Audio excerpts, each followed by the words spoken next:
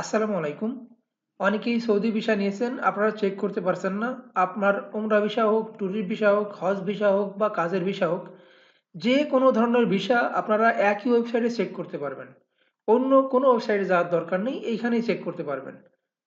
Check করার জন্য দরকার হলো আপনার পাসপোর্ট নাম্বার, কান্ট্রি এবং সিটি। আপনারা যদি এই লিঙ্কের বাইরে এমনি চেক করতে চান, সৌদি ভিসা চেক, ওয়েবসাইট আসবে কিন্তু ঘুরায় ঘাড়ায় আপনি খুঁজে পেতে আপনার সমস্যা হবে। আপনি যদি যে কোনো ব্রাউজার ওপেন করে লেখেন সৌদি ভিসা চেক, সেক্ষেত্রে আপনার সময় লাগবে আর কি। দেখুন সৌদি ভিসা চেক বা সৌদি ভিসা চেক যে কোনো কিছু লিখে সার্চ করলে ওয়েবসাইট দেখুন আসছে, এটা প্রথমে ওয়েবসাইট। এটা কিন্তু অন্য দিকে নিয়ে যাবে, আপনার ওই ভিসা প্ল্যাটফর্মে নিয়ে যাবে না। দেখুন এটা ইংলিশ করলে অন্য কিছু আসছে, ঠিক আছে।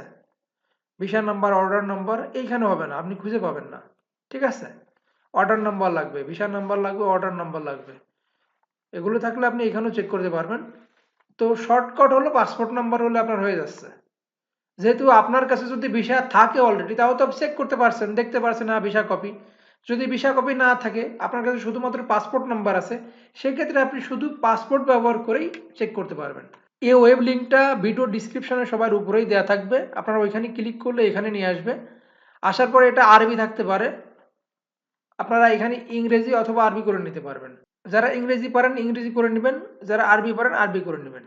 দেখুন এখানে এখানে দিবেন পাসপোর্ট নাম্বার, এখানে ন্যাশনালিটি, কারেন্ট ন্যাশনালিটি, আর এখানে কি ভিসা আপনার, আর এইখানে সিটি অথরিটি কোন জায়গায় আছে, কোথায় ইস্যু হয়েছে। তো বাংলাদেশে তো ইস্যু হয় ঢাকাতে। তো আমি এখানে পাসপোর্ট নাম্বার দিয়ে দিচ্ছি। পাসপোর্ট নাম্বার তো আমার অনেকগুলো আছে, অনেক চেক করা প্রচুর পরিমাণ আছে এখানে। তো আমি এমনি যেটা চেক করব সেটা দিয়ে দিচ্ছি। এরপরে কারেন্ট ন্যাশনালিটি, এখানে বাংলাদেশ।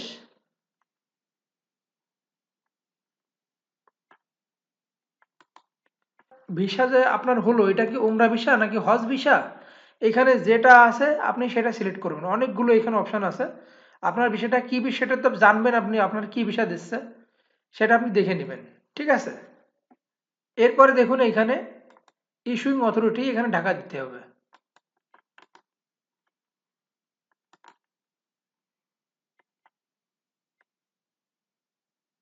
ঢাকা। এরপরে আপনার এখানে ইমেজ কোড যেটা আসবে সেটা দিতে হবে। আমার এখানে 751215, 751215। আর কোনো কাজ নেই, এখানে সার্চ সার্চ করবেন, এখনো চলে আসবে।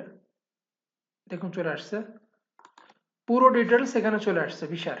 আমি এটা দেখাবো না যেহেতু ভিসার ব্যাপার, আমি ঢেকে রাখবো। আপনাদের যদি থাকে এরকমই চলে আসবে, সব ডিটেলস আপনারা এখানে পাবেন। দেখুন এখানে visa type org, sponsor name, এখানে স্পন্সর নেম আছে। যদি আপনার কোম্পানি বা কফিল হয়ে থাকে তাহলে এইটাই থাকবে, ঠিক আছে, কফিল বা কোম্পানির নাম। ভিসা ইস্যু হওয়ার 90 দিনের ভিতরে আপনাকে সৌদি এন্ট্রি হতে হবে, 24 ঘন্টা আগে। 12 ঘন্টা আগে আসলেও সমস্যা নেই, কিন্তু আপনি সেই দিনে আসবেন তাহলে কিন্তু আসতে পারবেন না, আপনাকে আবার ফিরে যেতে হবে। এই জন্য ভিসা ইস্যু হওয়ার দিন থেকে 90 দিন অর্থাৎ 3 মাসের ভিতরে আপনি 24 ঘন্টা আগে আসলে সেটা কোনো সমস্যা নেই। যার ভিসা তার নাম এখানে আছে। এগুলো আমি দেখাবো না আর কি, আপনি ডিটেলস দেখে নেবেন, ঠিক আছে। এটা প্রিন্টও করতে পারবেন। আর ভিসার যে সব কিছু ডিটেলস, এখানে কি কি করা যাবে না, কি কি নিষেধ আছে, সব কিন্তু এখানে দেওয়া আছে। অনেকে এগুলো জানে না, এই জন্য সৌদি আরবে যে বিভিন্ন ঝামেলায় পড়ে। সৌদি আরবে কিন্তু বাংলাদেশের মতো মিছিল মিটিং বা এখানে ওই রাস্তায় বের হয়ে কোনো কিছু কর্মকাণ্ড বা অনৈতিক কোনো কার্যকলাপ এখানে করা যাবে না। করলে আপনার যে কোনো সময় ভিসা ক্যান্সেল হয়ে যেতে পারে, এই অধিকার আছে। তো যাই হোক, এই বিষয়ে আমি আরেকটা ভিডিও দিব পরবর্তীতে। প্রিন্ট করার জন্য দেখুন এখানে প্রিন্ট আছে, প্রিন্ট অপশানে ক্লিক করবেন। দেখুন এখানে ভিসা চলে আসছে, এখানে সেভ করলে সেভ হয়ে যাবে। আপনারা যে কোনো দোকানতে বা নিজের প্রিন্টার থেকে বের করে নিতে পারবেন। যারা পারছেন না শিখে রাখুন, এভাবে চেক করতে পারবেন একদম সহজেই। যে কোনো এয়ারলাইন্স টিকিট বুকিং এবং ডেট পরিবর্তন করতে স্ক্রিনে দেওয়া নাম্বারে যোগাযোগ করতে পারেন। সবাই ভালো থাকবেন, আল্লাহ হাফেজ।